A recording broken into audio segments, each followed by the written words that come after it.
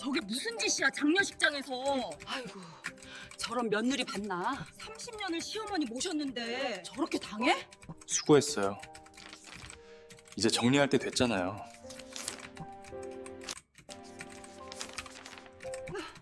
뭔데요? 이혼 합의서? 어머니 장례식장에서 이혼을? 위자료는 고향 집으로 하죠. 전북에 있는 그 집. 땅도 붙어 있고 나쁘지 않잖아요. 그리고 그 던져선 30년을 내가 뭐였던 거야? 30년을 바친 삶이 단 한 장의 서류로. 저 여자는 왜 울고 있을까요? 이야기 시작 전 구독과 좋아요 한 번씩만 부탁드립니다. 혜수가 물 좀 갖다 줘. 혜수가 물 좀 갖다 줘. 혜수가 물 좀 갖다 줘. 네, 어머니. 이 물 미지근하잖아. 차가운 걸로 다시. 윤혜숙은 컵을 받아들고 부엌으로 향했다. 발걸음은 조용했고 한숨도 삼켰다. 냉장고 문을 열어 얼음물을 따르는 동안 부엌 창밖으로 서울의 회색 하늘이 보였다. 3월이었지만 바람은 여전히 차가웠다. 안방에서는 시어머니 한정임의 기침 소리가 들려왔다. 가래 끓는 소리, 이불 스치는 소리, 그리고 오래된 시계가 째각거리는 소리. 혜숙은 그 소리들에 익숙해진 지 오래였다. 2년 4개월. 시어머니가 쓰러진 이후로 혜숙은 단 하루도 이 집을 떠난 적이 없었다. 물을 들고 안방으로 들어서자 시어머니는 눈을 감은 채 누워 있었다.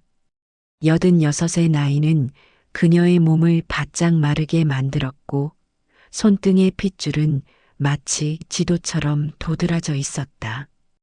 혜숙은 조심스럽게 상체를 일으켜 물을 입에 대주었다. 시어머니는 몇 모금 마시고는 다시 고개를 돌렸다. 도연이는 언제 온다고 했어? 혜숙은 입술을 깨물었다. 남편 최도연은 석 달째 얼굴을 비추지 않았다. 전화는 일주일에 한 번, 그마저도 바빠서 못 가라는 말만 남기고 끊어버렸다. 생활비는 달마다 통장에 들어왔지만 그게 전부였다. 병원비, 간병비, 약값.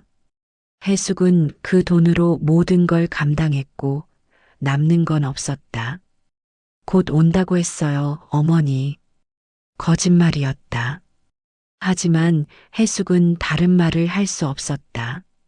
시어머니는 아들을 기다리며 하루하루를 보냈고 혜숙은 그 기다림을 끊을 용기가 없었다. 안방을 나와 거실 소파에 앉았을 때 혜숙은 처음으로 자신의 손을 내려다보았다. 거칠어진 손톱, 갈라진 손가락 마디, 붉게 트인 손등. 62의 나이였지만 손은 그보다 더 늙어 보였다. 결혼한 게 33이었으니 시댁에서 보낸 세월이 거의 30년이었다. 그 시간 동안 혜숙은 무엇을 했을까? 밥을 하고 빨래를 하고 청소를 하고 시어머니를 모셨다. 남편은 사업에 바빴고 아이는 없었다. 혜숙의 삶은 그렇게 누군가를 위한 시간으로만 채워졌다. 창밖에서는 비가 내리기 시작했다. 봄비치곤 차가웠다. 혜숙은 무릎에 담요를 덮고 눈을 감았다. 피곤했다. 몸이 아니라 마음이 피곤했다. 참는 게 미덕이라고 배웠고 며느리는 그래야 한다고 들었다. 하지만 이제는 그 말들이 혜숙을 지탱해주지 못했다. 그저 무겁게 짓누를 뿐이었다. 며칠 후 시어머니의 상태가 급격히 나빠졌다. 병원으로 옮겼지만 의사는 고개를 저었다. 혜숙은 밤새 중환자실 밖 의자에 앉아 있었다. 남편 도연에게 전화를 걸었지만 받지 않았다. 문자를 보냈다. 어머니 위독하세요. 답장은 새벽 4시에 왔다. 알았어. 내일 아침에 갈게. 하지만 도연은 오지 않았다. 시어머니는 그날 오후 해숙의 손을 잡은 채 눈을 감았다. 마지막 순간 시어머니는 희미하게 속삭였다. 해수가 비바람 불어도 자기 자리를 지켜라. 그 말의 뜻을 해숙은 알 수 없었다. 시어머니는 말년에 정신이 혼미했고 가끔 이상한 말을 중얼거렸다. 하지만 그 순간만큼은 눈빛이 또렷했다. 해숙은 고개를 끄덕였고 시어머니는 그렇게 세상을 떠났다. 장례식장은 서울 외곽의 작은 곳이었다. 해숙은 혼자서 모든 절차를 밟았다. 조문객은 많지 않았다. 시어머니는 말년에 사람들과 단절된 채 살았고 친척들도 오래전에 연락이 끊긴 상태였다. 빈소는 조용했고 해숙은 상주로서 고개를 숙이며 사람들을 맞이했다. 그리고 이틀째 되는 날 오후 도연이 나타났다. 검은 양복을 입었지만 구두는 지나치게 반짝였다. 옆에는 낯선 여자가 있었다. 짙은 화장, 붉은 입술, 그리고 장례식장과 어울리지 않는 향수 냄새. 해숙은 그 여자를 본 순간 모든 걸 알아차렸다. 도연은 빈소에 들어서자마자 헛기침을 했다. 조문객 몇 명이 고개를 돌렸다. 도연은 해숙을 향해 다가왔고 그 여자도 함께 따라왔다. 해숙은 일어서서 남편을 맞이했다. 도연은 향을 피우고 절을 했다. 그리고 해숙의 손에 흰 봉투 하나를 쥐어주었다. 수고했어요. 해숙은 봉투를 내려다보았다. 무거운 느낌이었다. 도연은 다시 말했다. 밖에서 얘기 좀 합시다. 빈소를 나와 복도 끝으로 갔다. 사람들의 시선이 따라왔지만 도연은 개의치 않았다. 그 여자도 함께 따라왔다. 해숙은 두 사람을 번갈아 보았다. 도연은 봉투를 가리키며 말했다. 열어봐요. 해숙은 봉투를 뜯었다. 안에는 서류 한 뭉치가 들어 있었다. 첫 장에 적힌 글씨. 이혼합 비서. 해숙의 손이 떨렸다. 도연은 태연하게 말을 이었다. 이제 정리할 때 됐잖아요. 어머니도 돌아가셨고. 해숙은 입을 열 수 없었다. 목구멍이 막힌 것처럼 숨이 막혔다. 도연은 계속 말했다. 위자료는 고향집으로 하죠. 전북에 있는 그 집. 땅도 붙어 있고 나쁘지 않잖아요. 그 여자가 낄낄거리며 웃었다. 해숙은 그 소리를 듣는 순간 무언가가 터지는 걸 느꼈다. 분노가 아니라 무너짐이었다. 30년의 세월이 한순간에 무의미해지는 느낌. 해숙은 서류를 쥔 채 그 자리에 서 있었고 도연은 더 이상 기다리지 않고 돌아섰다. 빈소로 돌아왔을 때 사람들의 시선은 달라져 있었다. 해숙은 그 시선들을 견딜 수 없었다. 그날 밤 해숙은 빈소 밖 계단에 앉아 처음으로 소리내어 울었다. 슬픔이 아니라 허무함이었다. 30년을 바친 삶이 단 한 장의 서류로 정리되는 현실이 견딜 수 없었다. 장례를 치르고 일주일이 지났다. 해숙은 서울의 집을 정리했다. 가져갈 건 많지 않았다. 옷가지 몇 벌, 시어머니의 유품 몇 가지, 그리고 작은 가방 하나. 도연은 그 일주일 동안 단 한 번도 연락하지 않았다. 해숙은 이혼 서류에 도장을 찍었다. 변호사를 통해 전달했고 위자료는 약속대로 전북의 고향집으로 정해졌다. 그 집은 도연의 고향이었다. 전북의 작은 마을, 솔바람 마을에 위치한 70년 된 구옥이었다. 도연의 아버지가 세상을 떠난 후 시어머니 혼자 그 집을 지켰고 병이 깊어진 후에야 서울로 올라왔다. 집은 그 후로 비어 있었다. 도연은 한 번도 내려가지 않았고 해숙도 결혼 후 딱 2번 방문한 게 전부였다. 버스를 타고 3시간을 달렸다. 창밖으로 도시의 풍경이 사라지고 논밭과 산이 나타났다. 봄이었지만 하늘은 여전히 흐렸다. 해숙은 가방을 무릎에 올려놓고 창밖을 바라보았다. 이제 나는 뭐라고 살지? 질문은 계속 머릿속을 맴돌았지만 답은 없었다. 마을 입구에서 내렸을 때 바람이 불었다. 소나무 향이 섞인 바람이었다. 해숙은 가방을 들고 천천히 걸었다. 마을은 조용했다. 오후 2시였지만 사람은 거의 보이지 않았다. 간혹 대문 앞에서 빨래를 널거나 텃밭을 가꾸는 노인들이 보였다. 해숙이 지나가자 그들은 고개를 들어 힐끗 쳐다보았다. 낯선 사람이었다. 해숙은 고개를 숙이고 걸음을 재촉했다. 집은 마을 끝자락에 있었다. 낮은 돌담과 나무 대문, 그리고 기와 지붕이 보였다. 대문을 밀고 들어서자 마당에는 잡초가 무성했다. 장독대는 그대로였지만 뚜껑 위로 낙엽이 쌓여 있었다. 해숙은 신발을 벗고 마루에 올라섰다. 나무 마루는 삐걱거렸고 문을 열자 먼지 냄새가 코를 찔렀다. 안은 어두웠다. 해숙은 창문을 하나씩 열었다. 햇빛이 들어오면서 집안이 드러났다.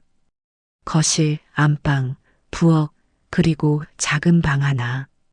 가구는 거의 없었다. 낡은 장롱 하나, 밥상 하나, 그리고 이불 몇 채가 전부였다. 해숙은 마루에 주저앉았다. 이곳이 이제 내가 살 곳이구나. 현실이 천천히 다가왔다. 첫날 밤은 춥고 고요했다. 난방이 되지 않았다. 해숙은 이불을 여러 겹 덮고 누웠지만 추위는 뼛속까지 파고들었다. 밤이 되자 마을은 더욱 조용해졌다. 서울에서는 항상 차 소리, 사람 소리가 들렸지만 이곳은 바람 소리만 들렸다. 해숙은 잠을 이루지 못하고 천장을 바라보았다. 어둠 속에서 시어머니의 마지막 말이 떠올랐다. 비바람 불어도 자기 자리를 지켜라. 그게 무슨 뜻이었을까? 해숙은 알 수 없었다. 이틀째 되는 날 아침, 해숙은 마을을 돌아보기로 했다. 집 앞길을 따라 걷다 보니 작은 슈퍼마켓과 마을회관이 보였다. 사람들은 여전히 해숙을 낯설게 바라보았다.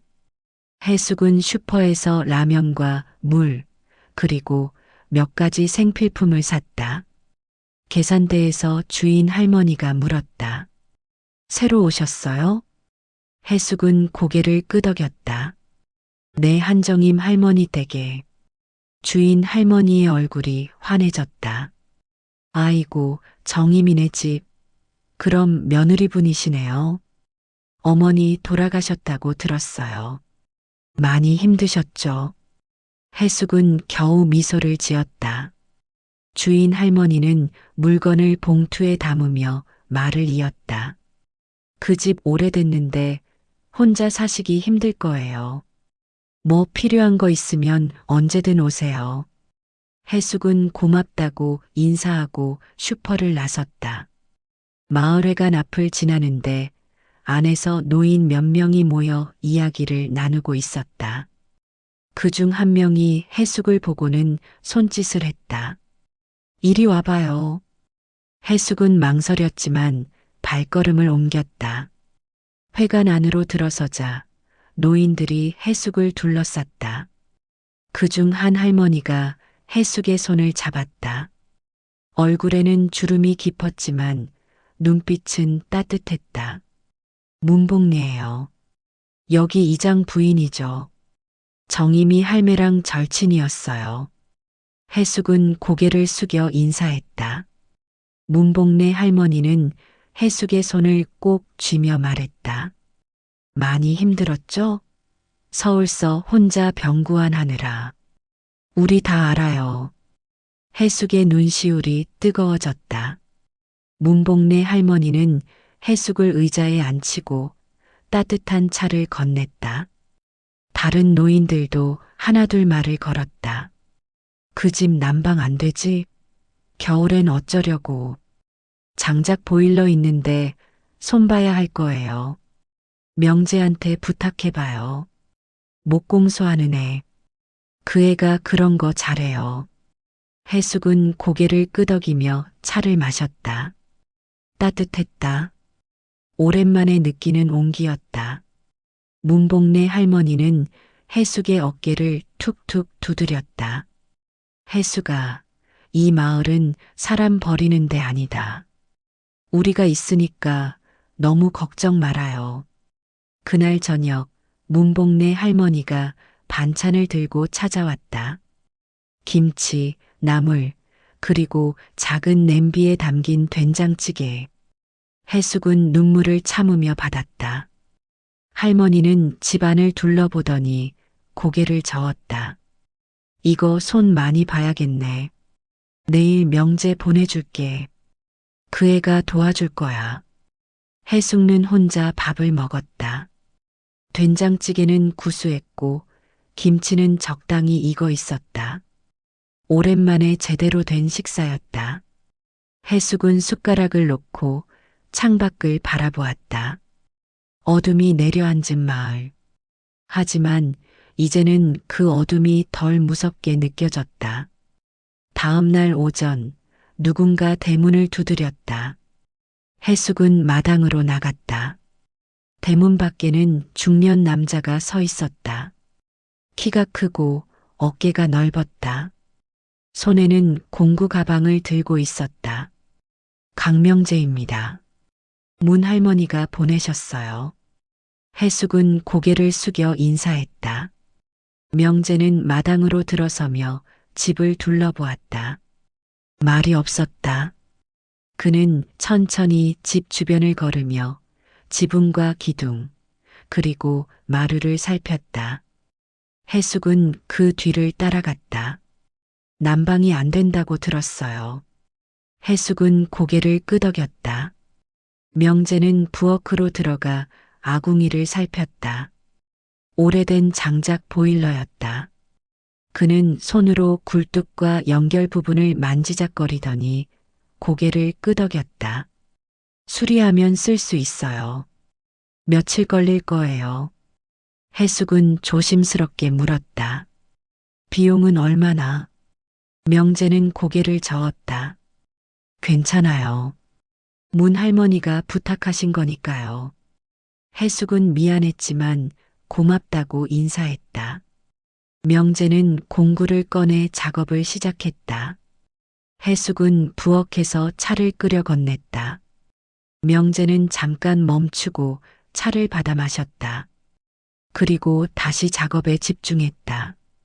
점심때가 되자 해숙은 라면을 끓여 2그릇을 준비했다.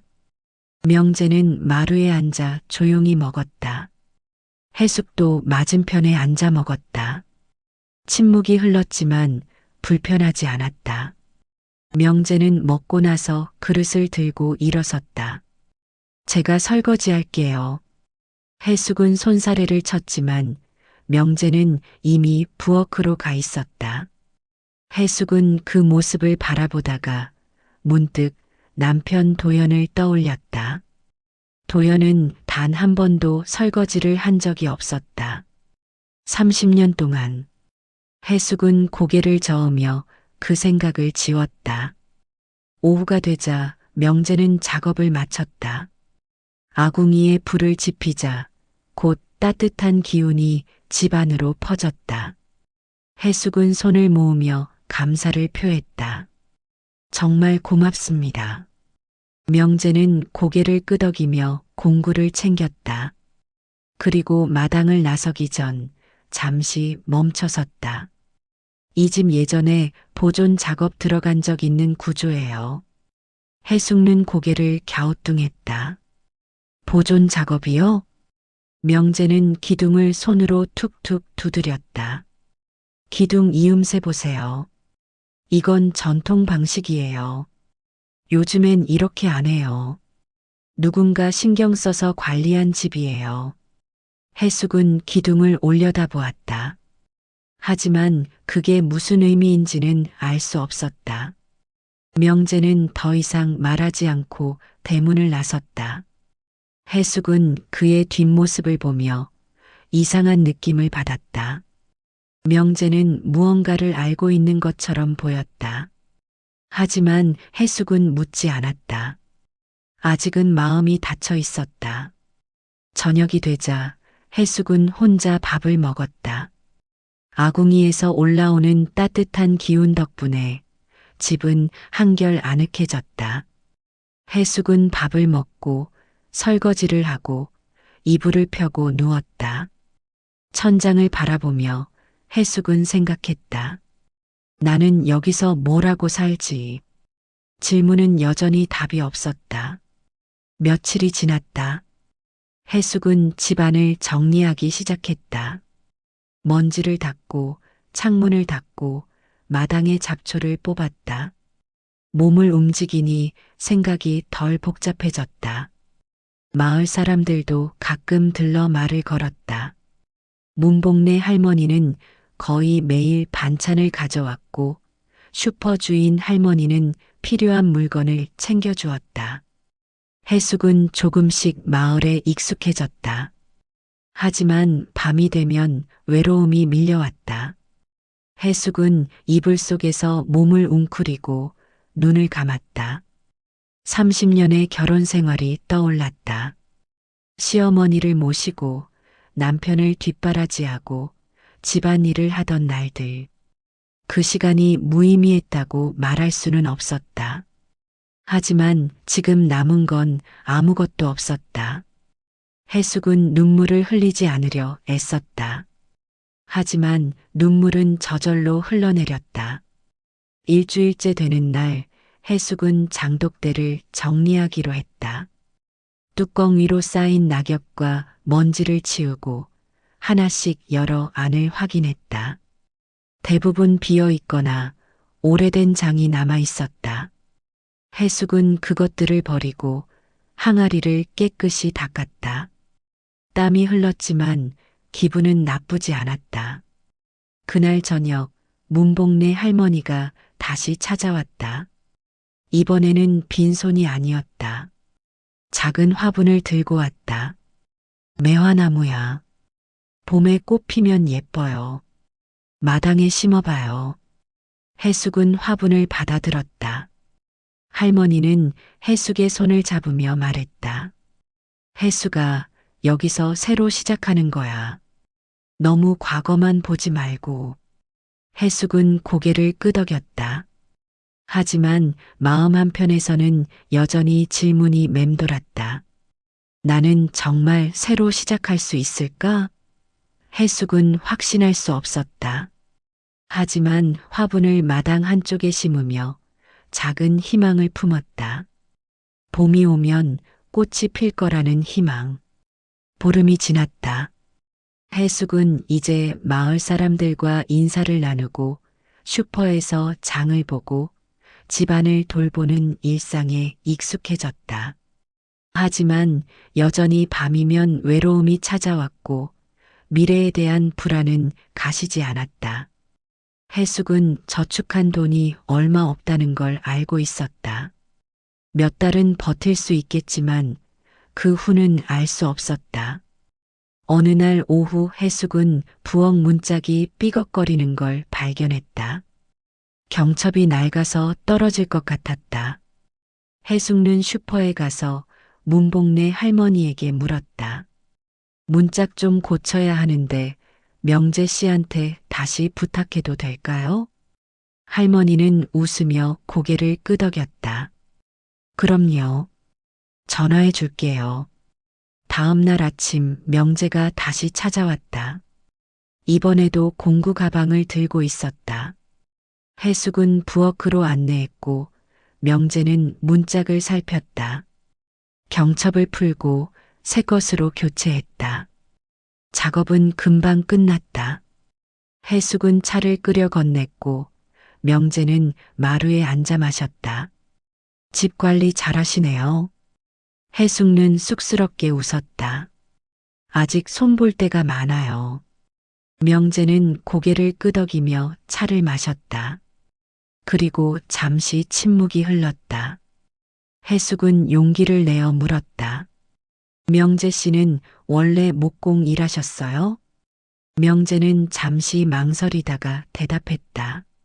아니요. 예전엔 다른 일 했어요. 어떤 일이요?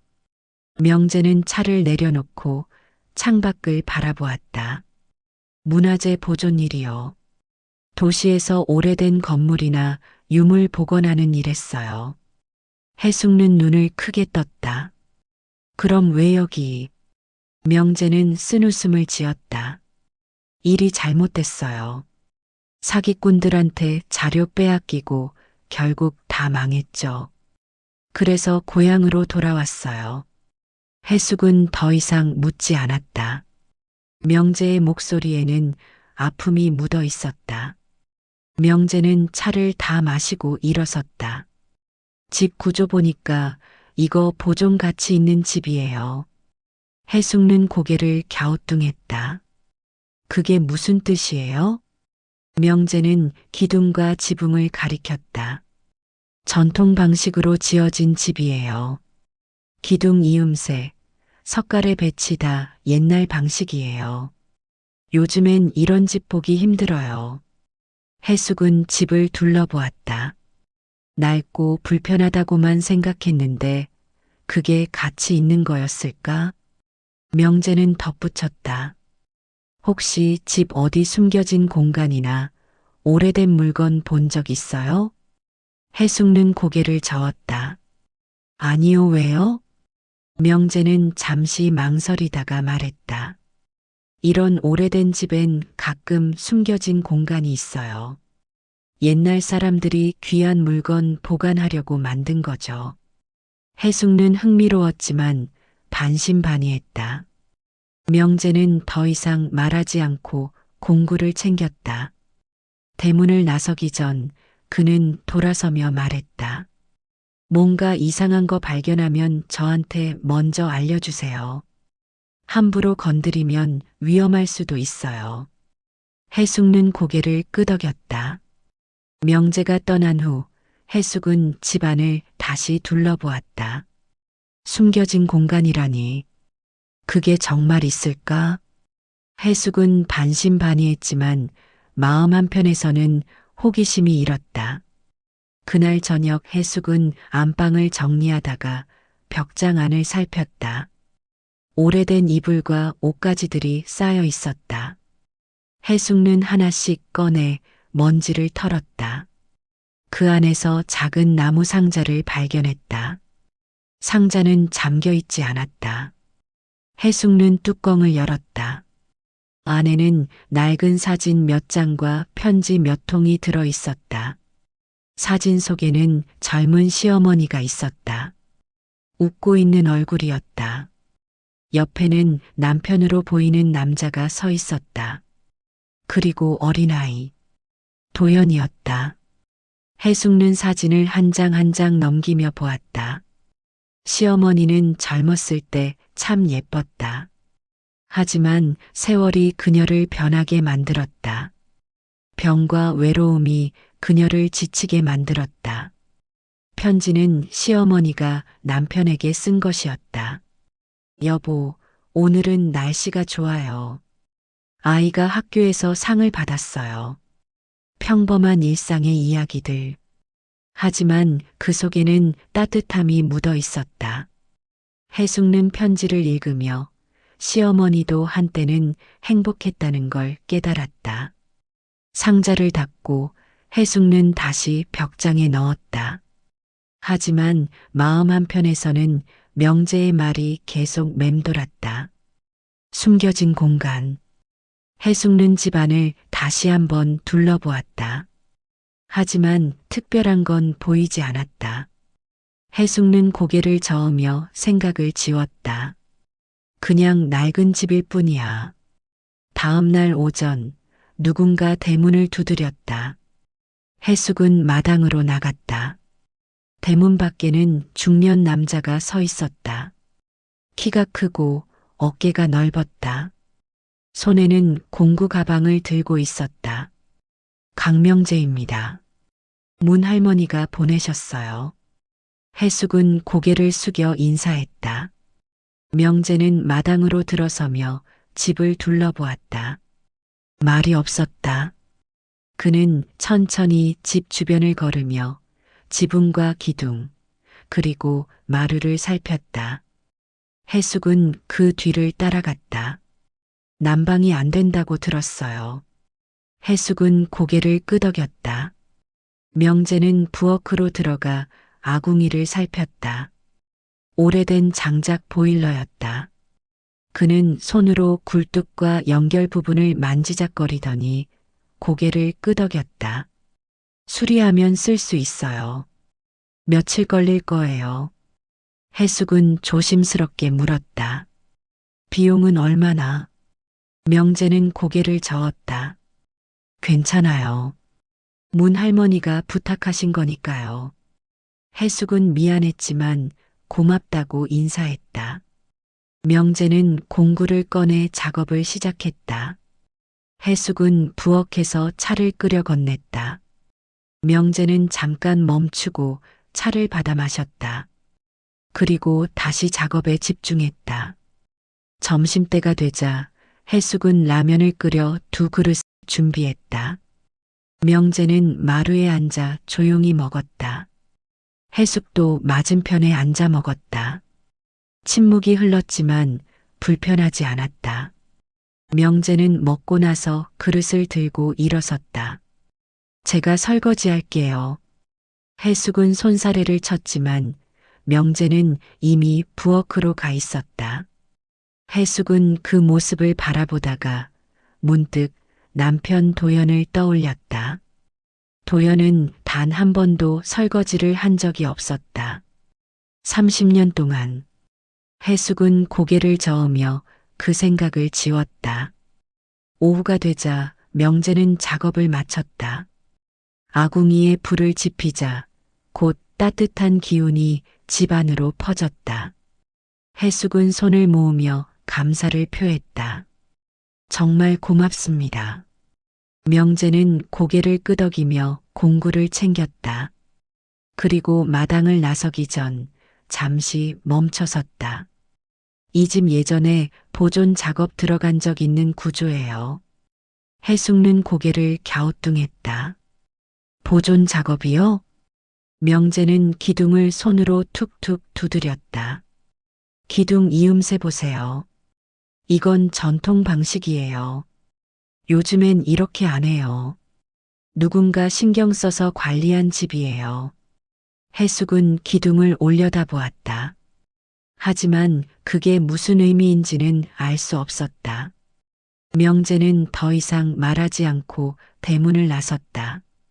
해숙은 그의 뒷모습을 보며 이상한 느낌을 받았다. 명재는 무언가를 알고 있는 것처럼 보였다. 하지만 해숙은 묻지 않았다. 아직은 마음이 닫혀 있었다.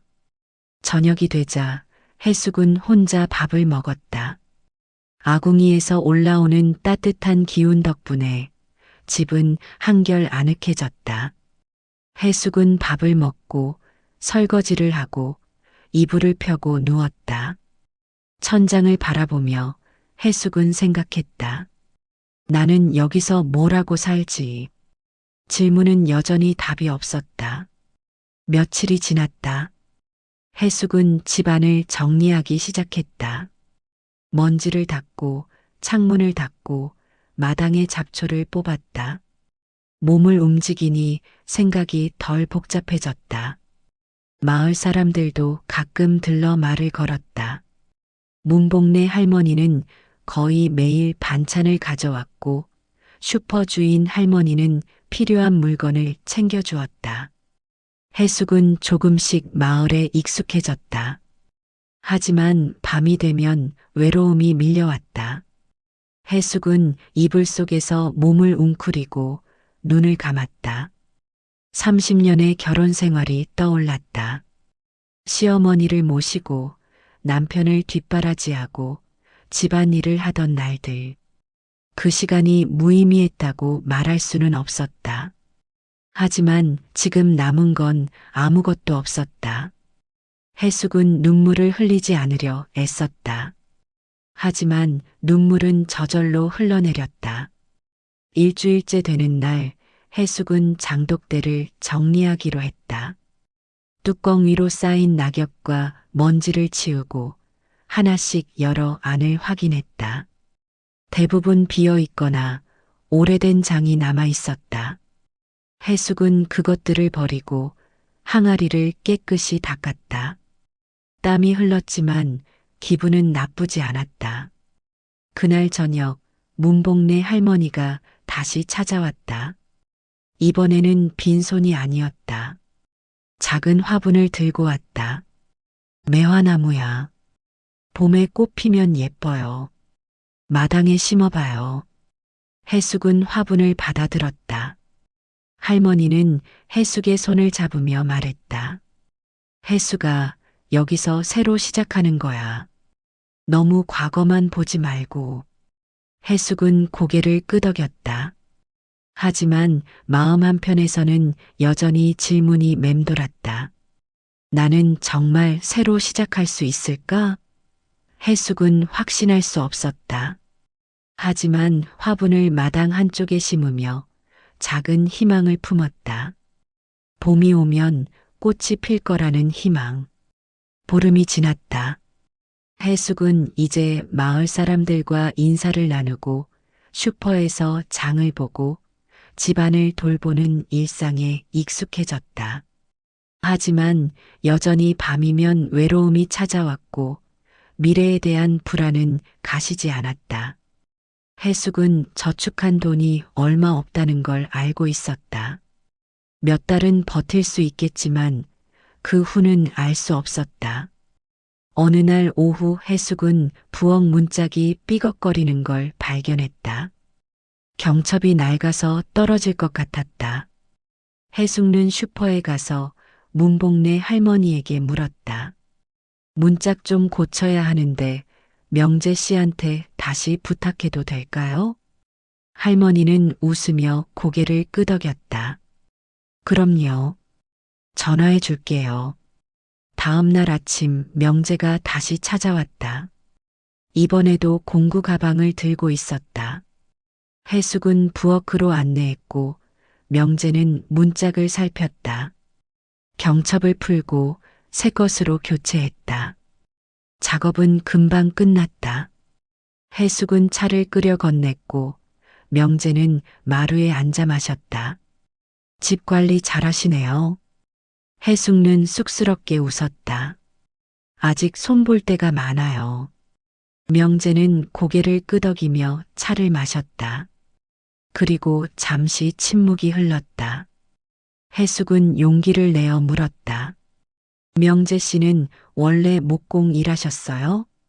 명재는 잠시 망설이다가 대답했다. 아니요. 예전엔 다른 일 했어요. 어떤 일이요? 명재는 차를 내려놓고 창밖을 바라보았다. 문화재 보존 일이요. 도시에서 오래된 건물이나 유물 복원하는 일 했어요. 해숙는 눈을 크게 떴다. 그럼 왜 여기? 명재는 쓴웃음을 지었다. 일이 잘못됐어요.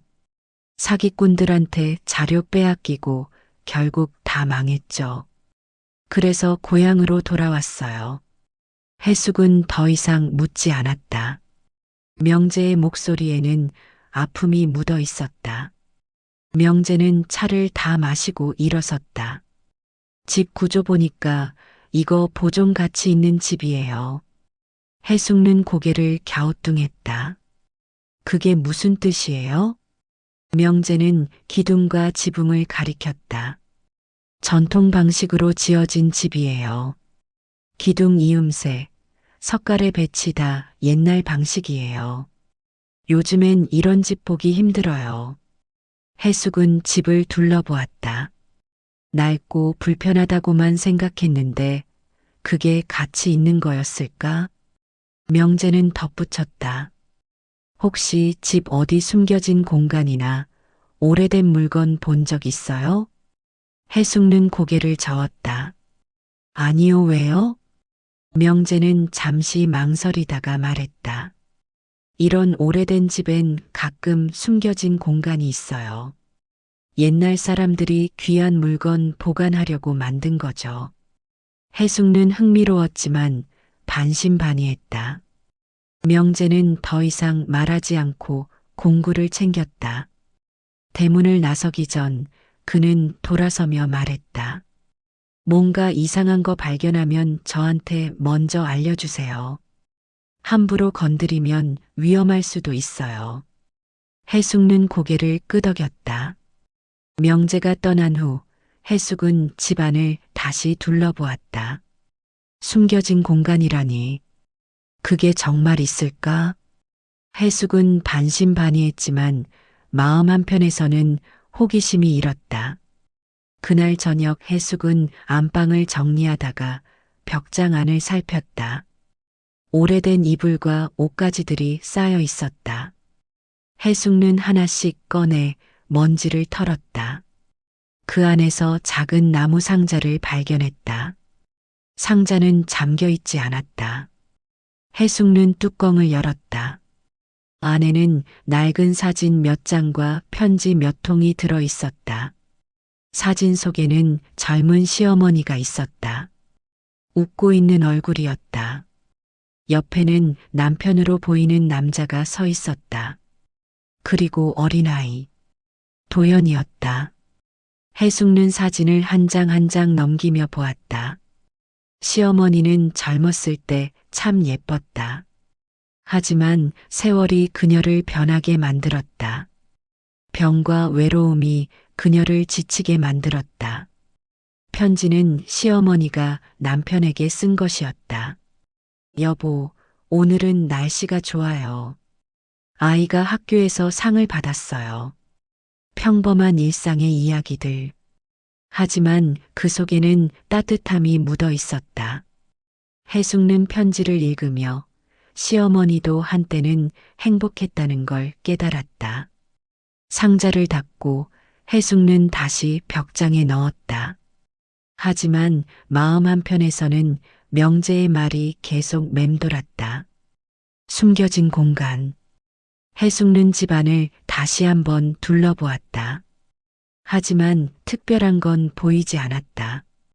해숙는 고개를 저으며 생각을 지웠다. 그냥 낡은 집일 뿐이야. 3월이 끝나가고 4월이 시작되었다. 날씨는 점점 따뜻해졌지만 밤에는 여전히 쌀쌀했다. 해숙는 아궁이에 불을 지피며 하루를 시작했다. 나무를 넣고 불씨를 살리고 연기가 잘 빠지는지 확인했다. 명제가 고쳐준 덕분에 난방은 잘 되었다. 하지만 해숙는 한 가지 문제를 발견했다. 아궁이 바닥에 재가 계속 쌓이는 것이었다. 해숙는 재를 치우기로 했다. 삽으로 재를 퍼내고 바닥을 쓸었다. 그런데 바닥을 쓸다가 이상한 소리가 들렸다. 딱 금속성 소리였다. 해숙는 멈춰서서 바닥을 다시 쓸었다. 또다시 딱 소리가 났다. 해숙는 삽을 내려놓고 손으로 바닥을 만져보았다. 바닥은 돌과 흙으로 되어 있었다. 하지만 한쪽 귀퉁이 장독대 쪽으로 이어지는 부분이 이상했다. 손으로 흙을 긁어내자 녹슨 금속이 드러났다. 손잡이였다. 작은 고리 모양의 손잡이. 해숙는 숨을 멈췄다. 명제의 말이 떠올랐다. 숨겨진 공간. 해숙는 고리를 잡아당겼다. 하지만 움직이지 않았다. 녹이 슬어서 굳어 있었다. 해숙는 힘을 주어 다시 당겼다. 삐걱 소리가 나며 고리가 조금 움직였다.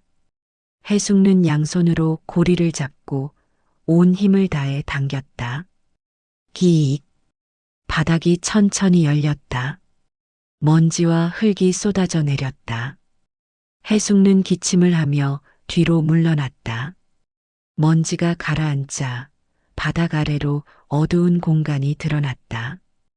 해숙는 손전등을 들고 조심스럽게 빛을 비췄다. 계단이었다. 좁고 가파른 계단이 아래로 이어져 있었다. 해숙는 심장이 두근거렸다. 두려움과 호기심이 동시에 밀려왔다. 해숙는 잠시 망설이다가 계단으로 발을 내디뎠다. 나무 계단은 삐걱거렸지만 단단했다. 한 걸음, 두 걸음 내려가자 공간이 넓어졌다. 손전등 빛이 벽을 비췄다. 벽은 돌로 되어 있었고 천장은 낮았다. 해숙는 고개를 숙이며 안으로 들어갔다. 공간은 생각보다 넓었다. 가로 세로 약 3미터 정도.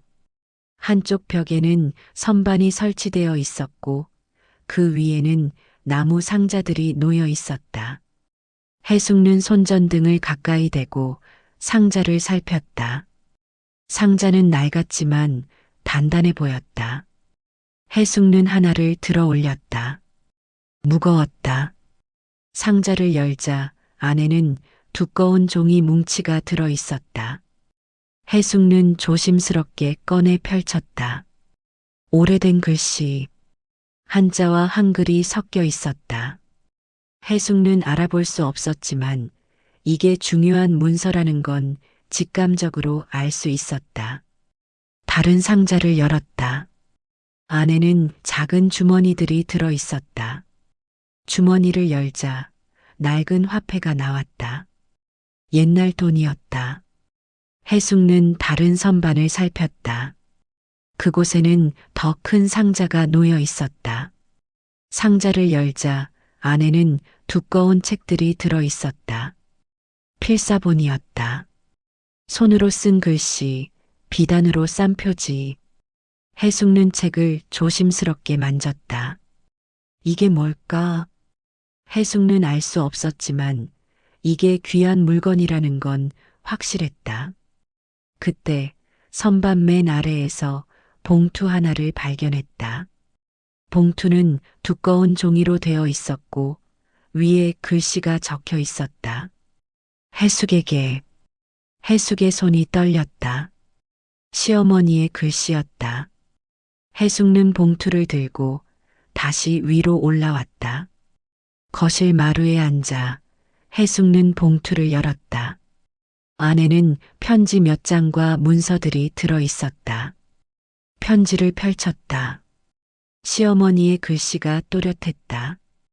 해숙에게. 내가 이 글을 쓸 때쯤이면 아마 나는 이미 세상에 없을 거야. 너한테 미안해. 말년의 짐이 되었지. 하지만 내가 나를 돌봐준 것, 난 다 알고 있었어. 우리 집안은 대대로 기록을 남겼어. 조상들의 일기, 문서, 그리고 귀한 책들. 하지만 내 아들은 믿을 수 없었어. 그 애는 돈만 보면 정신을 못 차려. 그래서 이 모든 걸 숨겼어. 비바람 불어도 자기 자리를 지켜라는 말, 기억하니? 그건 이 비밀을 지켜달라는 뜻이었어. 내가 이 집을 받으면 이것들도 내 몫이야. 함부로 팔지 말고 제대로 된 사람한테 맡겨. 이건 돈이 아니라 우리 집안의 역사야. 내가 힘들었던 거 알아. 하지만 이제는 내 인생을 살아. 고마웠어, 해숙아. 해숙는 편지를 읽고 눈물을 흘렸다. 슬픔이 아니라 감사였다. 시어머니는 해숙을 봤다. 해숙의 헌신을, 고통을, 외로움을. 그리고 그걸 인정해 주었다. 해숙는 편지를 가슴에 안고 한참을 울었다. 울음을 그치고 해숙는 문서들을 살폈다. 복원일지라고 적힌 두꺼운 책. 안에는 집의 구조, 수리 기록, 그리고 보존 계획이 적혀 있었다. 명재의 말이 맞았다. 이 집은 보존 가치가 있는 집이었다. 그리고 또 다른 문서, 기증 예약 서류라고 적힌 봉투. 안에는 박물관과 주고받은 편지들이 들어 있었다. 시어머니는 이 기록들을 박물관에 기증하려 했던 것이다. 해숙는 모든 문서를 다시 봉투에 넣고 안전한 곳에 보관했다. 그리고 명재에게 전화를 걸었다. 명재는 금방 달려왔다. 해숙는 그를 아궁이 쪽으로 안내했다. 명재는 열린 바닥을 보고 눈을 크게 떴다. 진짜 있었네요. 해숙는 손전등을 건넸고 명재는 아래로 내려갔다. 한참 후 그가 올라왔다. 얼굴에는 놀라움이 가득했다. 이거 진짜 귀한 겁니다. 함부로 건드리면 안 돼요. 해숙는 편지와 문서를 보여주었다. 명재는 한 장 한 장 조심스럽게 읽었다. 그리고 고개를 끄덕였다. 어머니가 제대로 준비하셨네요. 이거 법적으로 처리하면 해숙 씨 삶이 완전히 달라질 겁니다. 해숙는 물었다. 어떻게 해야 해요? 명재는 진지하게 대답했다. 먼저 공증받고 전문가한테 감정받고 그 다음에 박물관이나 기관에 기증하거나 보관해야 해요. 돈도 돈이지만 이건 역사적 가치가 있는 거예요. 해숙는 고개를 끄덕였다. 명재는 덧붙였다. 그리고 아무한테도 말하면 안 됩니다. 특히 전 남편한테. 해숙는 몸이 굳었다. 도현, 만약 그가 이걸 알면 해숙는 생각만 해도 끔찍했다. 명재는 해숙의 어깨를 가볍게 두드렸다. 제가 도와드릴게요. 걱정 마세요. 해숙는 고개를 끄덕였다. 처음으로 해숙는 혼자가 아니라는 걸 느꼈다. 명재와 해숙은 신중하게 계획을 세웠다. 먼저 지하 공간의 물건들을 목록으로 정리하고 사진을 찍어 기록했다. 명재는 예전 동료였던 문화재 감정사에게 조심스럽게 연락을 취했다. 신뢰할 수 있는 사람이었다. 감정사는 사진만 보고도 놀라움을 감추지 못했다. 이거 진짜라면 최소 수억은 될 겁니다. 직접 봐야 정확히 알 수 있지만요. 명재는 전화를 끊고 해숙에게 조심스럽게 말했다. 서울에서 감정사가 내려올 겁니다. 일주일 후에요. 그 전까지는 아무도 모르게 해야 해요. 해숙은 고개를 끄덕였다. 하지만 마음 한편에서는 불안이 자라나고 있었다. 만약 도연이 알게 되면 어떻게 될까? 그는 분명 이 모든 걸 빼앗으려 할 것이다. 해숙은 밤마다 그 생각에 잠을 이루지 못했다. 며칠이 지난 어느 오후 마을 슈퍼에 갔을 때였다. 주인 할머니가 해숙에게 조심스럽게 말했다.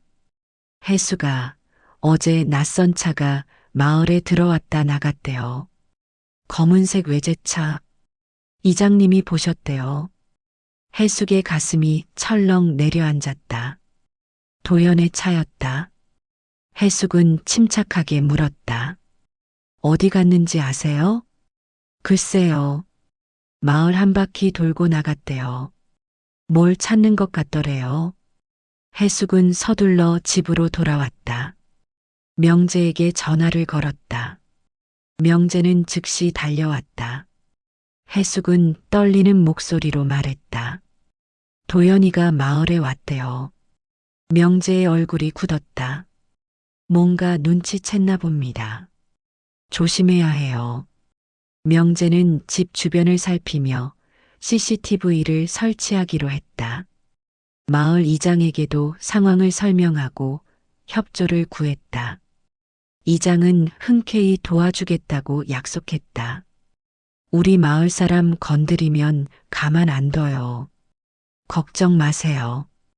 해숙은 조금 안심했지만 여전히 불안했다. 그날 밤 해숙은 지하 공간으로 내려가 편지를 다시 읽었다. 시어머니의 글씨를 보며 해숙은 다짐했다. 이건 내가 지켜야 해. 어머니가 나한테 맡긴 거야. 다음 날 아침 해숙은 장독대 주변을 정리하기로 했다. 낙엽과 잡초를 치우고 항아리들을 다시 배치했다.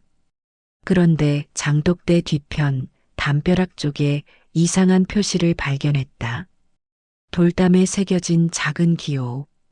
해숙은 그게 무엇인지 알 수 없었지만 명재에게 보여주기로 했다. 명재가 와서 기호를 보더니 고개를 끄덕였다. 이건 옛날 장인들이 쓰던 표시예요. 중요한 곳에 남기는 일종의 암호죠.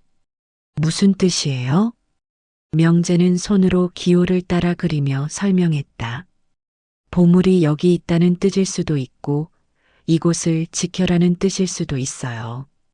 정확하진 않지만 분명 의미가 있어요. 해숙은 장독대를 다시 바라보았다. 시어머니는 왜 하필 이곳에 모든 걸 숨긴 걸까? 아궁이 아래 장독대여. 집에서 가장 중심이 되는 곳. 어쩌면 시어머니는 이곳이 가장 안전하다고 생각했는지도 몰랐다. 저녁이 되자 문복래 할머니가 찾아왔다. 이번에는 표정이 심각했다. 해수가 오늘 또 그 차 왔다 갔어요. 이번엔 여자랑 같이. 해숙은 주먹을 쥐었다. 도연과 세라. 그들은 분명 무언가를 의심하고 있었다. 문복래 할머니는 해숙의 손을 잡으며 말했다. 무슨 일 있으면 우리한테 말해요. 우리가 도와줄게요. 해숙은 고맙다고 인사했다. 할머니가 돌아간 후 해숙은 명재에게 다시 전화를 걸었다. 명재는 침착하게 말했다. 감정사가 모레 옵니다. 그 전까지만 버티면 돼요. 제가 오늘 밤 지켜드릴게요. 그날 밤 명재는 해숙의 집 마당에서 밤을 보냈다. 해숙은 안방에서 잠을 청했지만 눈이 떠졌다. 창밖으로 명재의 그림자가 보였다. 그는 목공소에서 가져온 의자에 앉아 손전등을 켜고 책을 읽고 있었다. 해숙은 그 모습을 보며 마음이 따뜻해졌다. 오랜만에 느끼는 안정감이었다. 이틀 후 감정사가 도착했다. 중년의 남자였고 명재의 예전 동료였다. 그는 지하 공간으로 내려가 한참 동안 물건들을 살폈다. 확대경으로 글씨를 보고 종이의 질감을 만지고 사진을 찍었다. 1시간 후 그가 올라왔다. 얼굴에는 경외감이 가득했다. 이건 정말 대단합니다. 조선 후기 필사본, 그리고 이 문서들 일부는 국가지정 문화재급이에요. 해숙은 숨을 멈췄다. 감정사는 계속 말했다. 금전적 가치로만 따지면 최소 10억은 됩니다. 하지만 역사적 가치는 돈으로 환산할 수 없어요. 이건 박물관에 기증하시는 게 맞습니다. 해숙은 시어머니의 편지를 떠올렸다. 함부로 팔지 말고 제대로 된 사람한테 맡겨. 시어머니의 뜻이 무엇인지 이제 확실히 알았다. 해숙은 감정사에게 물었다. 기증하면 저는 어떻게 되나요? 감정사는 미소 지으며 대답했다. 기증하시면 정부에서 보상금을 줍니다. 그리고 세금 혜택도 있고요. 무엇보다 해숙 씨 이름으로 기증자 명판이 박물관에 걸려요. 평생 기록으로 남는 거죠. 해숙은 고개를 끄덕였다. 돈보다 중요한 게 있었다. 시어머니의 뜻을 지키는 것, 그리고 자신의 이름으로 무언가를 남기는 것. 해숙은 결심했다. 기증하겠습니다. 감정사는 만족스럽게 웃었다. 명재도 해숙의 어깨를 가볍게 두드렸다. 하지만 절차가 끝나려면 시간이 필요했다. 공증, 서류 작업, 그리고 박물관과의 협의. 최소 한 달은 걸릴 것이었다. 그날 저녁 해숙은 마당에 나와 하늘을 올려다보았다. 별이 총총히 빛나고 있었다. 서울에서는 볼 수 없었던 별들이었다. 해숙은 깊이 숨을 들이마셨다. 솔바람이 불어왔다. 상쾌하고 차가운 바람이었다. 해숙은 처음으로 자신이 올바른 선택을 하고 있다는 확신을 느꼈다. 감정사가 돌아간 다음 날 해숙은 마을 회관에서 문복래 할머니와 차를 마시고 있었다. 할머니는 해숙의 얼굴을 보며 흐뭇하게 웃었다. 요즘 표정이 많이 밝아졌어요. 좋은 일 있어요? 해숙은 애매하게 웃었다. 아직 아무에게도 말할 수 없었다. 할머니는 더 묻지 않고 차를 따라주었다. 그때 회관 문이 벌컥 열렸다. 낯선 남자와 여자가 들어섰다. 도연과 세라였다. 해숙의 얼굴이 굳었다. 도연은 해숙을 보더니 억지 미소를 지으며 다가왔다. 여기 있었네요. 찾았어요. 문복래 할머니가 두 사람을 올려다보며 물었다. 누구세요? 도연은 공손하게 인사했다. 안녕하세요. 해숙 씨 전 남편입니다. 할머니의 얼굴이 차갑게 변했다. 세라는 주변을 둘러보며 코웃음을 쳤다. 도연은 해숙에게 말했다. 잠깐 얘기 좀 해요. 밖에서. 해숙은 일어서지 않았다. 도연은 다시 말했다. 중요한 얘기예요. 집 문제로. 해숙은 어쩔 수 없이 일어섰다. 문복래 할머니가 해숙의 손을 잡으며 속삭였다. 조심해요. 뭔가 이상하면 소리 질러요. 해숙은 고개를 끄덕이고 두 사람을 따라 밖으로 나갔다. 회관 앞 공터에서 도연이 멈춰섰다. 세라는 담배를 꺼내 물었다. 도연은 해숙을 똑바로 보며 말했다. 집 팔 생각 없어요? 해숙은 고개를 저었다. 없어요. 도연은 한숨을 쉬었다. 거기서 뭐하고 살려고요? 돈도 없잖아요. 해숙은 대답하지 않았다. 도연은 계속 말했다. 집 팔면 최소 몇 천은 받을 거예요. 그 돈으로 서울 가서 작은 원룸이라도 얻어요. 여기서 늙어 죽을 거예요? 세라가 끼어들었다. 아줌마 현실적으로 생각해요. 여기 있어봤자 미래 없어요. 해숙은 두 사람을 번갈아 보았다. 그들의 눈에는 욕심이 가득했다. 해숙은 침착하게 말했다. 이 집은 안 팔아요. 어머니가 저한테 주신 거예요. 도연의 얼굴이 일그러졌다. 어머니가 뭘 안다고요? 치매 걸려서 정신도 없었잖아요. 해숙의 가슴이 뜨거워졌다. 분노가 치밀어 올랐다. 하지만 해숙은 참았다. 도연은 한 걸음 다가서며 말했다. 마지막으로 말해요. 집 팔아요. 안 그러면 법적으로 문제 삼을 거예요. 해숙은 웃었다. 처음으로 도연 앞에서 비웃었다. 법적으로요? 이혼 서류에 도장 찍은 거 당신이에요. 위자료로 이 집 준 것도 당신이고요. 이제 와서 무슨 법이에요? 도연은 말문이 막혔다. 세라가 발끈하며 소리쳤다. 뭐, 이 아줌마가 지금? 해숙은 세라를 똑바로 보며 말했다. 아줌마 아니에요. 이름 있어요. 윤혜숙. 그리고 해숙은 돌아서서 회관으로 걸어갔다. 도연이 뒤에서 소리쳤다. 후회할 거예요. 두고 봐요. 해숙은 멈추지 않았다. 회관 안으로 들어서자 문복래 할머니가 걱정스럽게 물었다. 괜찮아요? 해숙은 고개를 끄덕였다. 하지만 손은 떨리고 있었다. 할머니는 해숙을 안치고 따뜻한 차를 다시 따라주었다. 저 사람들 조심해요. 눈빛이 안 좋아요.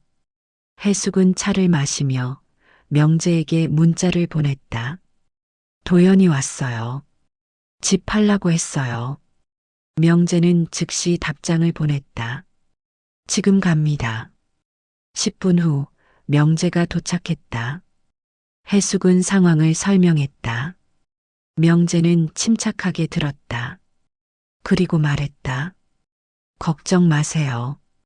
법적으론 문제 없어요. 하지만 조심해야 해요. 저 사람들이 무슨 짓을 할지 모르니까. 그날 밤 명재는 다시 해숙의 집을 지켰다. CCTV도 추가로 설치했다. 마을 이장도 순찰을 강화했다. 해숙은 안방에서 잠을 청했지만 불안이 가시지 않았다. 도연의 목소리가 계속 머릿속을 맴돌았다. 후회할 거예요. 며칠 후 해숙은 우편함에서 등기 서류 한 통을 받았다. 발신인은 도연이었다. 해숙은 떨리는 손으로 봉투를 뜯었다. 안에는 법원 서류가 들어 있었다. 재산분할 청구 소송. 도연은 집의 절반을 자신의 몫이라고 주장하고 있었다. 해숙은 주저앉았다. 명재에게 전화를 걸었다. 명재는 서류를 보고 고개를 저었다.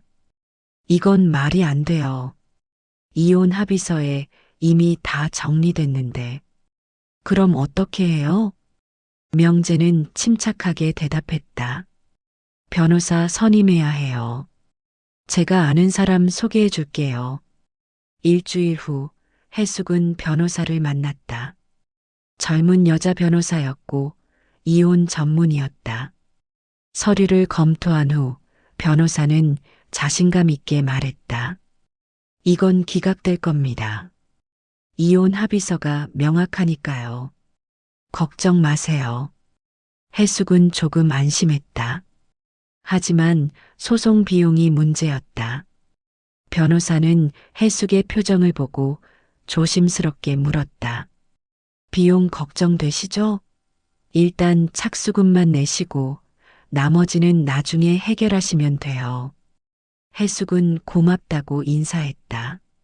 명재가 착수금 일부를 빌려주었다. 해숙은 받고 싶지 않았지만 명재는 고집했다. 나중에 갚으면 돼요. 지금은 싸우는 게 중요해요. 해숙는 눈물을 참으며 고개를 끄덕였다. 소송은 시작되었고 해숙의 삶은 다시 혼란에 빠졌다. 하지만 이번에는 달랐다. 해숙은 혼자가 아니었다. 명재, 문복래 할머니, 마을 사람들, 그리고 변호사 모두가 해숙의 편이었다. 한 달 후 첫 재판이 열렸다. 해숙은 법정에 섰다. 도연과 세라도 왔다. 판사는 서류를 검토하고 양측의 주장을 들었다.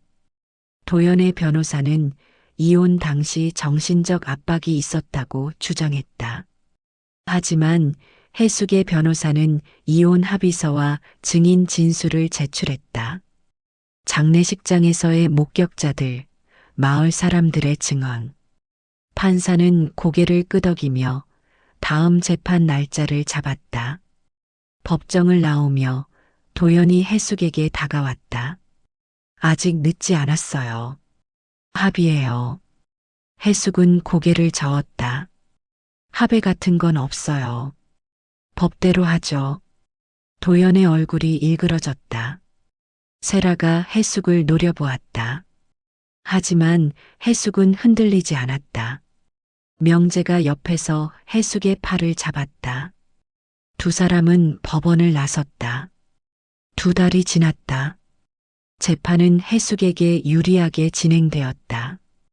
판사는 도연의 주장을 받아들이지 않았고 최종적으로 소송을 기각했다.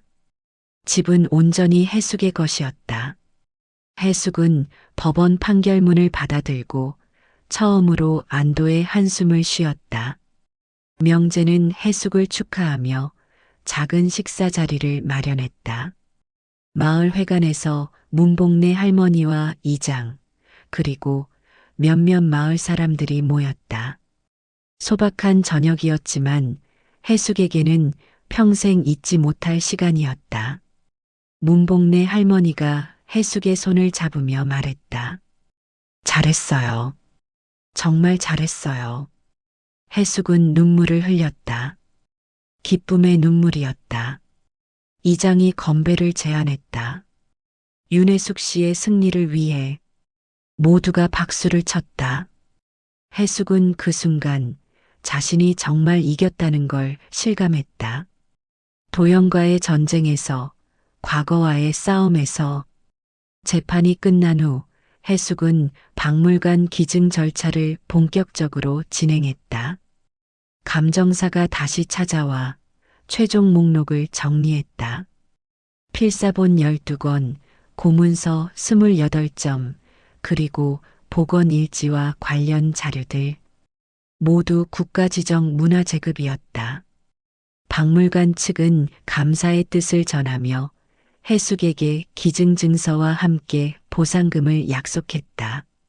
보상금은 해숙이 예상했던 것보다 많았다. 5억. 해숙은 그 숫자를 보고 한참을 멍하니 서 있었다. 평생 본 적 없는 돈이었다. 하지만 해숙은 그 돈을 함부로 쓸 생각이 없었다. 시어머니의 뜻을 기억하고 있었다. 제대로 된 곳에 쓰라. 해숙은 명재와 상의했다. 명재는 조심스럽게 제안했다. 일부는 생활비로 쓰시고 나머지는 마을을 위해 쓰는 게 어때요? 해숙은 고개를 끄덕였다. 좋은 생각이었다. 해숙은 마을 회관 보수 비용으로 일부를 기부했다. 그리고 독거노인들을 위한 반찬 배달 사업에도 후원했다. 문복래 할머니는 해숙을 껴안으며 울었다. 고마워요, 해숙아. 정말 고마워요. 해숙은 웃으며 말했다. 제가 더 고마워요. 할머니가 없었으면 전 여기까지 못 왔어요. 박물관 기증식은 가을에 열렸다. 해숙은 서울의 국립박물관으로 초대받았다. 명재도 함께 갔다. 기증식장에는 기자들과 관계자들이 모여 있었다. 해숙은 단상에 올라 간단한 소감을 말했다. 이 자료들은 제 시어머니께서 평생 지켜오신 것입니다. 저는 그 뜻을 이어받아 많은 사람들이 볼 수 있도록 기증하게 되었습니다. 고맙습니다.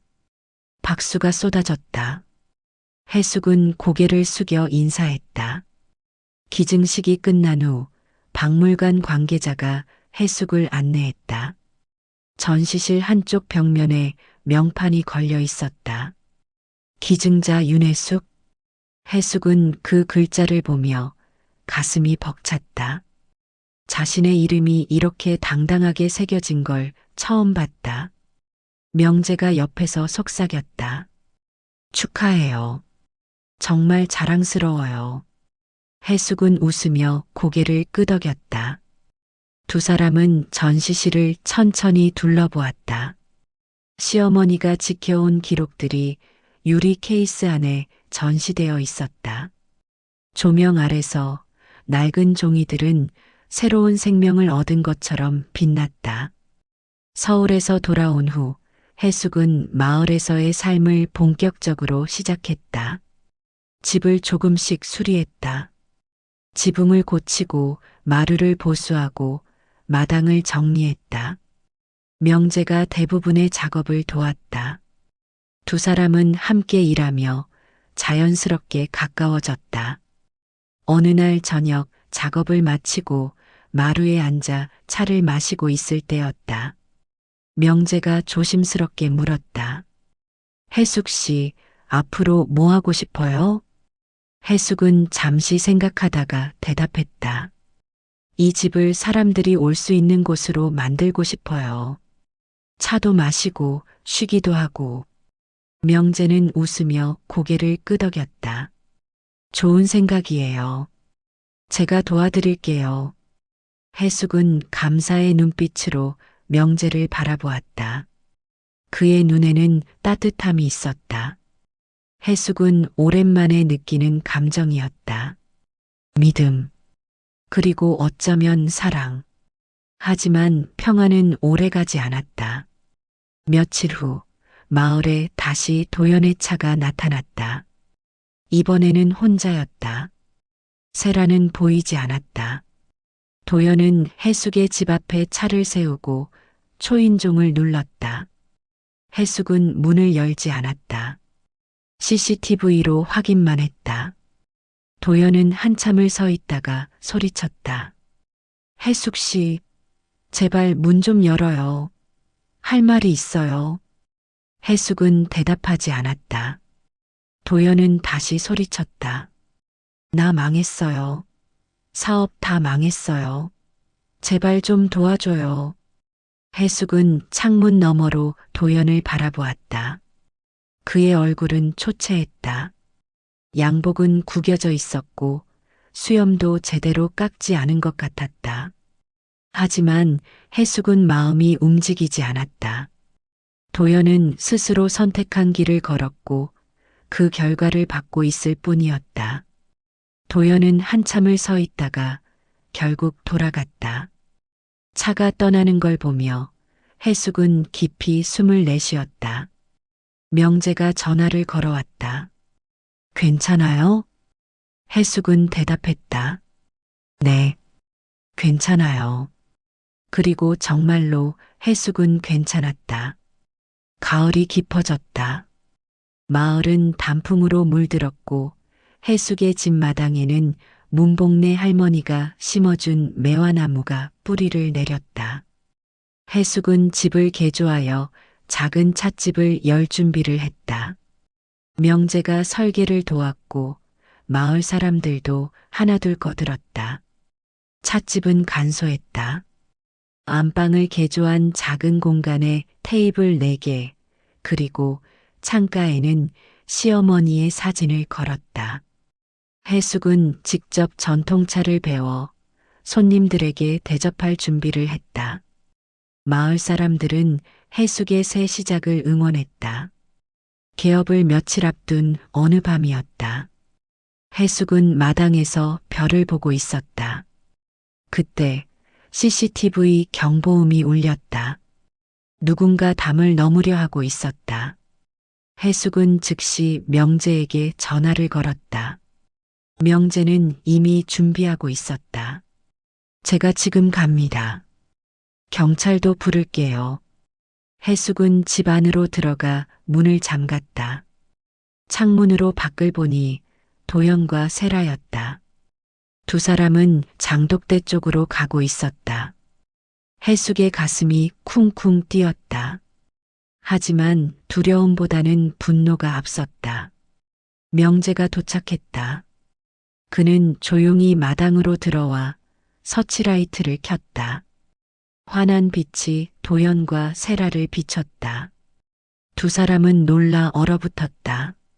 명재는 침착하게 말했다. 경찰 오고 있습니다. 움직이지 마세요. 도연은 당황하며 변명했다. 우리 그냥 얘기하러 왔어요. 밤 11시에 담 넘어서요? 세라가 발끈했다. 당신 누군데 참견이야. 그때 마을 방송 스피커에서 문복래 할머니의 목소리가 울려 퍼졌다. 남의 집에 밤에 들어오는 사람들, 우리 다 보고 있어요. 경찰 오니까 거기 서 있어요.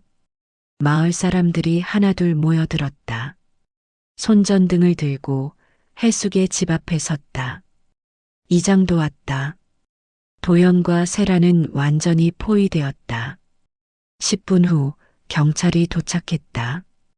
도연과 세라는 주거침입 혐의로 조사를 받았다. CCTV 영상이 결정적 증거였다. 두 사람은 경찰서로 연행되었다. 해숙은 마을 사람들에게 고맙다고 인사했다.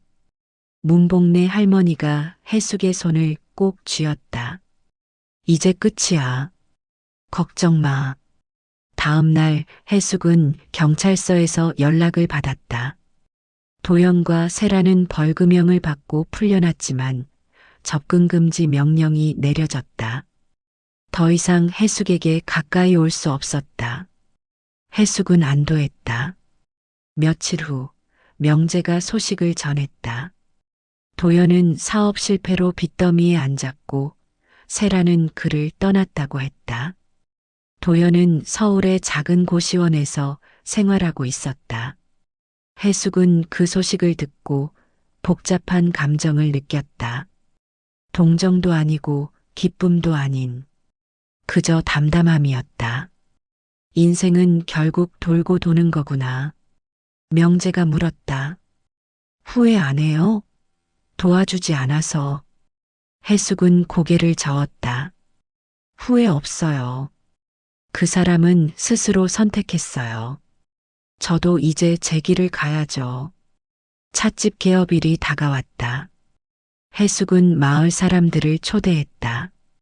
문복래 할머니, 이장, 슈퍼주인, 그리고 명재. 모두가 모여 첫 손님이 되어 주었다. 해숙은 정성껏 차를 우려 대접했다. 따뜻한 차 향이 집안을 가득 채웠다. 문복래 할머니가 차를 한 모금 마시고 감탄했다. 맛있다. 정말 맛있어. 다른 사람들도 고개를 끄덕였다. 해숙은 웃으며 말했다. 자주 오세요. 언제든 환영이에요. 해가 지고 손님들이 하나둘 돌아갔다. 명재만 남았다. 두 사람은 마루에 앉아 차를 마셨다. 명재가 조심스럽게 말했다. 해숙 씨, 저 할 말이 있어요. 해숙은 명재를 바라보았다. 명재는 잠시 망설이다가 입을 열었다. 저랑 같이 살면 어때요? 해숙의 가슴이 뛰었다. 명재는 계속 말했다. 결혼까지는 아니더라도 서로 의지하면서 이 집도 같이 가꾸고. 해숙은 명재의 눈을 보았다. 진심이 담겨 있었다. 해숙은 미소 지으며 대답했다. 생각해 볼게요. 명재는 웃으며 고개를 끄덕였다. 그날 밤 해숙은 오랜만에 편안한 잠을 잤다. 겨울이 왔다. 해숙의 찻집은 마을에서 작은 명소가 되었다. 주말이면 외지에서 손님들이 찾아왔다. 해숙은 바쁘지만 행복했다. 명재는 찻집 옆에 작은 공방을 만들어 목공 작품을 전시했다. 두 사람은 자연스럽게 함께 살기 시작했다. 어느 날 해숙은 우편물을 받았다. 국립박물관에서 온 초대장이었다. 해숙이 기증한 자료들을 주제로 특별 전시가 열린다는 내용이었다. 해숙은 명재와 함께 서울로 갔다. 전시관에는 많은 사람들이 모여 있었다. 해숙이 기증한 필사본과 고문서들이 전시되어 있었고 벽면에는 해숙의 이름과 함께 시어머니의 이야기가 소개되어 있었다. 해숙은 전시를 보며 뭉클함을 느꼈다. 관람을 마치고 해숙은 박물관 앞 벤치에 앉았다. 명재가 옆에 앉았다. 어때요? 기분이. 해숙은 미소 지으며 대답했다. 좋아요. 정말 좋아요. 어머니도 기뻐하실 것 같아요. 명재는 해숙의 손을 잡았다. 해숙 씨 덕분에 어머님의 뜻이 이뤄졌어요. 해숙은 고개를 끄덕이며 하늘을 올려다보았다. 맑은 겨울 하늘이었다. 마을로 돌아온 후 해숙은 마당에 앉아 차를 마셨다.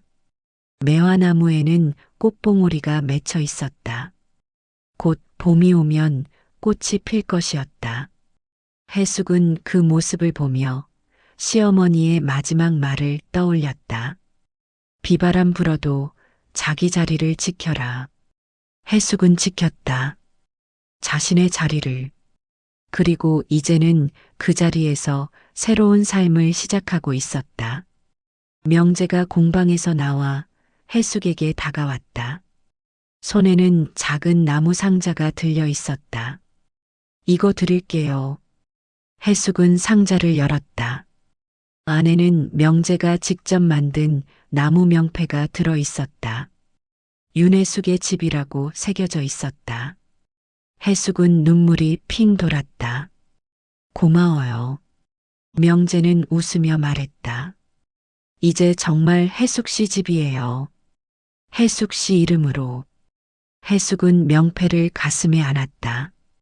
62년의 인생에서 처음으로 자신의 이름으로 된 공간을 갖게 되었다. 해숙은 그게 얼마나 소중한 일인지 알고 있었다. 봄이 왔다. 매화나무에 하얀 꽃이 피었다. 해숙은 명재와 함께 꽃을 보며 차를 마셨다. 마을 사람들도 하나둘 찾아와 축하했다. 문복래 할머니는 해숙을 껴안으며 말했다. 해숙아, 정말 잘했어. 이제 행복하게 살아. 해숙은 웃으며 대답했다. 네, 할머니. 이제는 제 인생을 살아요. 그날 저녁 해숙은 안방에 앉아 일기를 썼다. 오랜만에 쓰는 일기였다. 오늘 매화꽃이 폈다. 봄이 왔다. 내 인생에도 봄이 왔다. 오랜 겨울이 지나고 드디어 봄이 왔다. 이제는 두렵지 않다. 내가 지킨 건 돈이 아니라 나를 지켜본 한 사람의 마음이었다. 그 마음이 나를 여기까지 이끌었다. 어머니, 감사합니다. 그리고 이제는 제 이름으로 제 인생을 살겠습니다. 일기를 덮고 해숙은 창밖을 바라보았다. 달이 떠올랐다. 밝고 둥근 달이었다. 해숙은 미소 지으며 불을 껐다. 따뜻한 이불 속에서 해숙은 평화로운 잠에 빠져들었다. 마당에서는 솔바람이 불었다. 매화 꽃잎이 바람에 흩날렸다. 그리고 장독대 옆 작은 명패가 달빛 아래 빛났다. 윤해숙의 집.